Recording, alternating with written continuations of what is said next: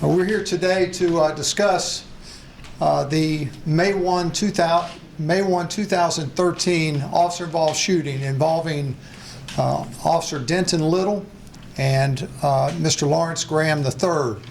This morning, Federal Judge Louise Flanagan, who is overseeing the case, the civil case, unsealed several documents and videotape related to the officer-involved shooting, the traffic stop, and all that occurred that day. Today, we're going to share that video with you. We're also going to go through a timeline of what exactly occurred, and this will then we'll provide you with the documentation of 4 affidavits that are involved in the case.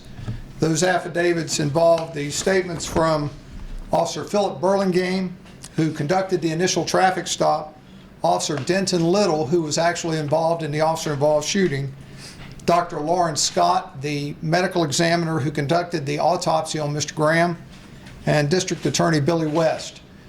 Those affidavits will be provided to you following this this time together. So what I want to do to begin with is start with the actual video shown in real time. Just so you will know, that the traffic stop began on May 1, 2013 at 8:06 and 20 seconds in the morning. There were several school buses that were involved since it was a school day that day, and there was a bus stop nearby. And so in the full video, you will see 2 different school buses that passed the actual traffic stop, fortunately before the officer-involved shooting occurred. We're going to skip the first portion of the videotape for this press conference, and again, it will be available on our Facebook page so that you can download it and folks in our community can see the stop in its entirety. But for the sake of brevity here, we're going to start the tape at 8:09 and 34 seconds. So Eric, if you'll do that, I'm going to step over to one of the screens and I'm going to narrate it. Now first we're going to go in full speed, folks, and then we're going to slow it down to half speed so that what you're going to see makes sense. I've got to share with you that from the time of the beginning of the confrontation with the driver until the shots were fired involving Officer Little and Mr. Graham, 11 seconds elapsed. So we'll go ahead and start it at 8:09. I'm going to move over. So at 8:09 and 34 seconds, the school bus passes. You just saw that occur. At 8:12 and 39 seconds, Eric, if you'll move over to that.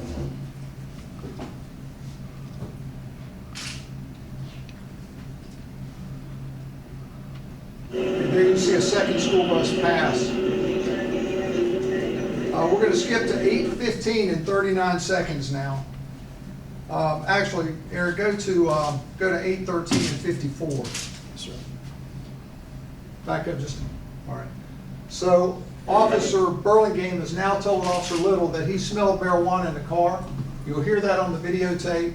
And then they make the decision that they're going to move up to the car that you see in the picture there, and engage the driver and bring him out. So, sounds like the driver's lying to me. That's actually him. We're out waiting. He gave me release time.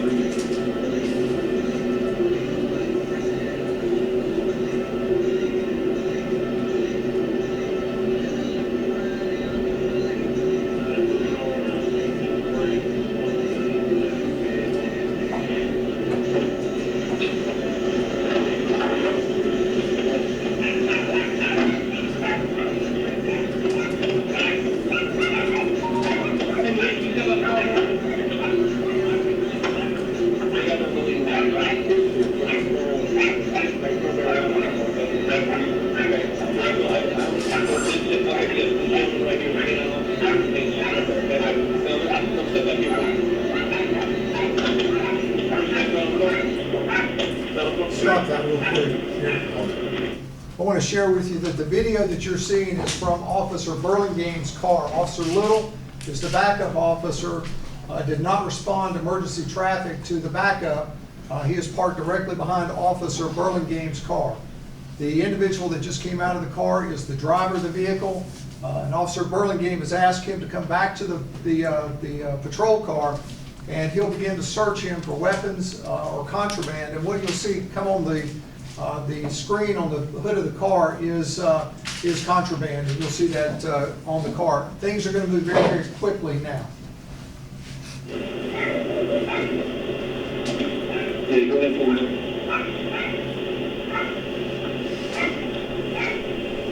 Yeah, go ahead.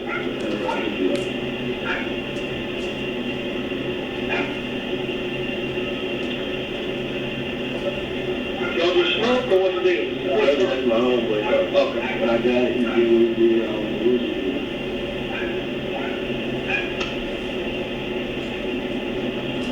Appreciate it.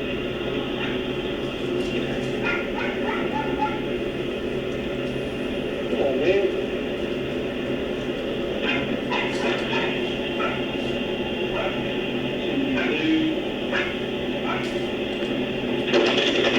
That's contraband and the fight starts.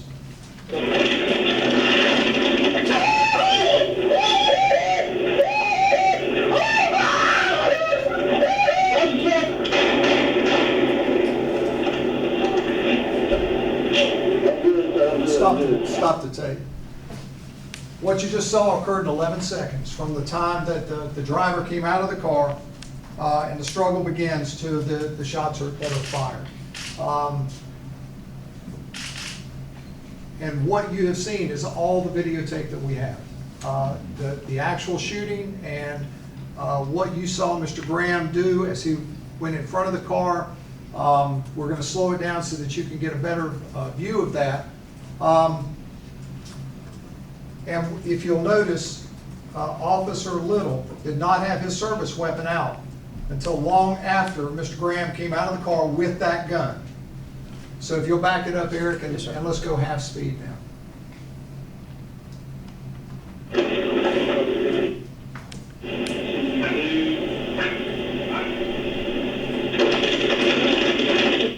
I'm going to go half speed, Chief. All right. This is half speed. So you see Officer Little's distracted by the fight. His responsibility is that passenger who is in the passenger seat of the car. Mr. Graham comes out, and you'll see him look over, and you'll see him start to turn.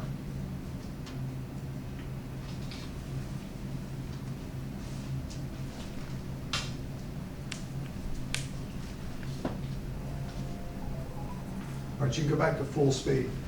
This entire incident,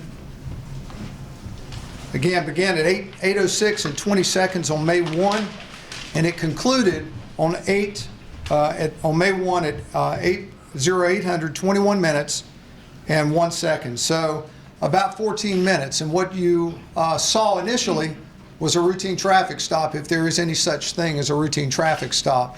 Actually, what you saw was a traffic stop that began normally, according to most folks, and ended up with life-threatening consequences.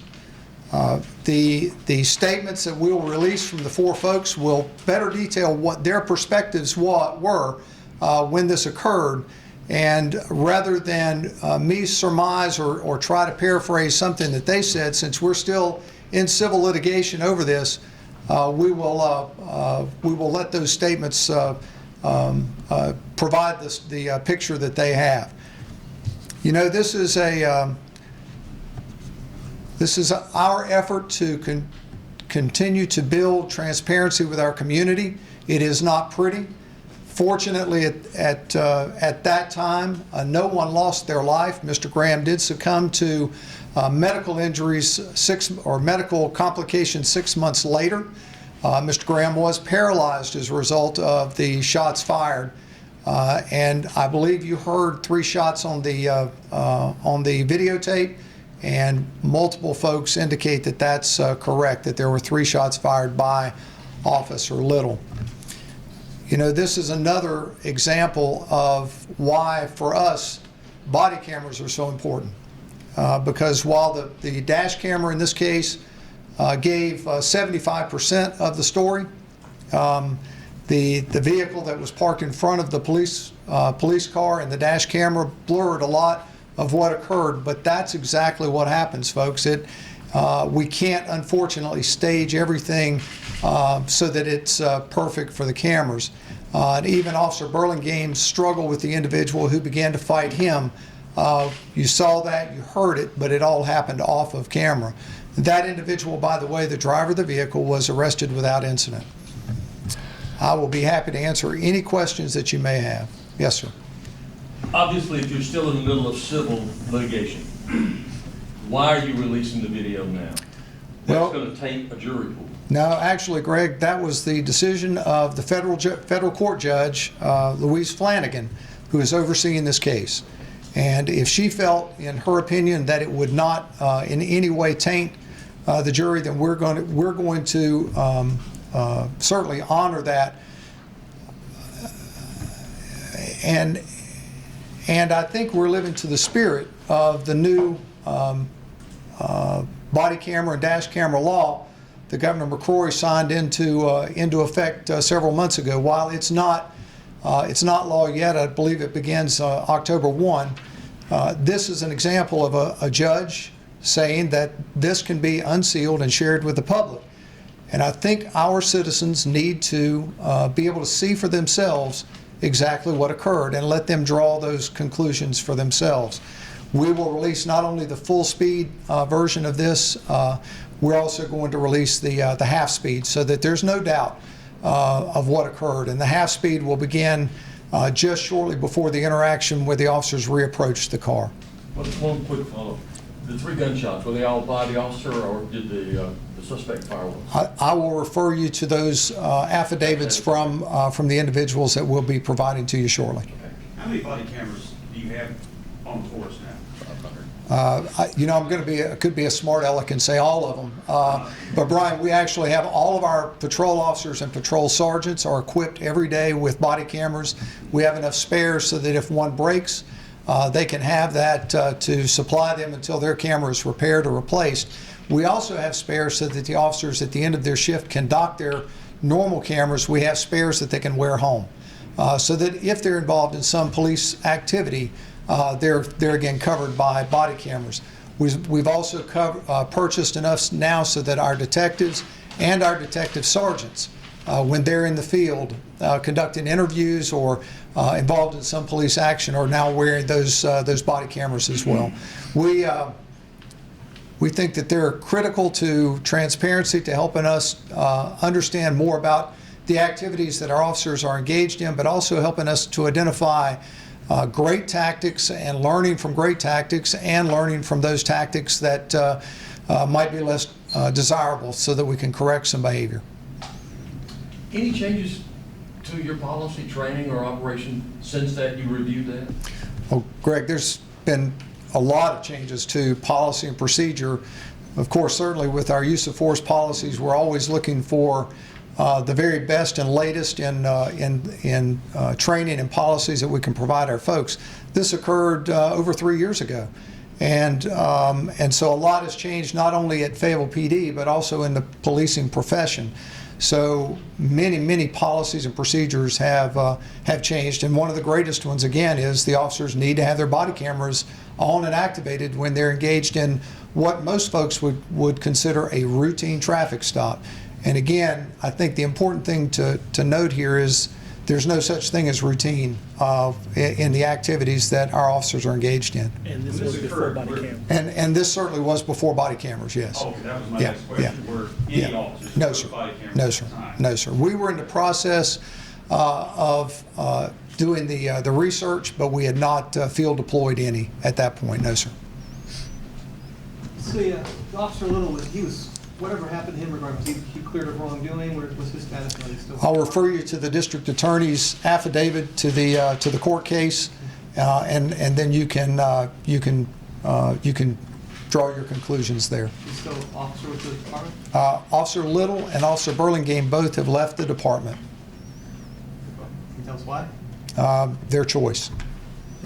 And so what's the status of litigation now?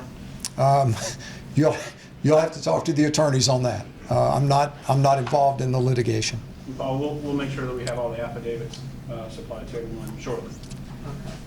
Do you know if the two officers are still in law enforcement, or have they gotten out of law? One is still employed in law enforcement, and one has left the business completely.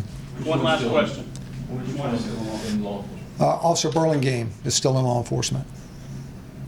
Thank you, folks.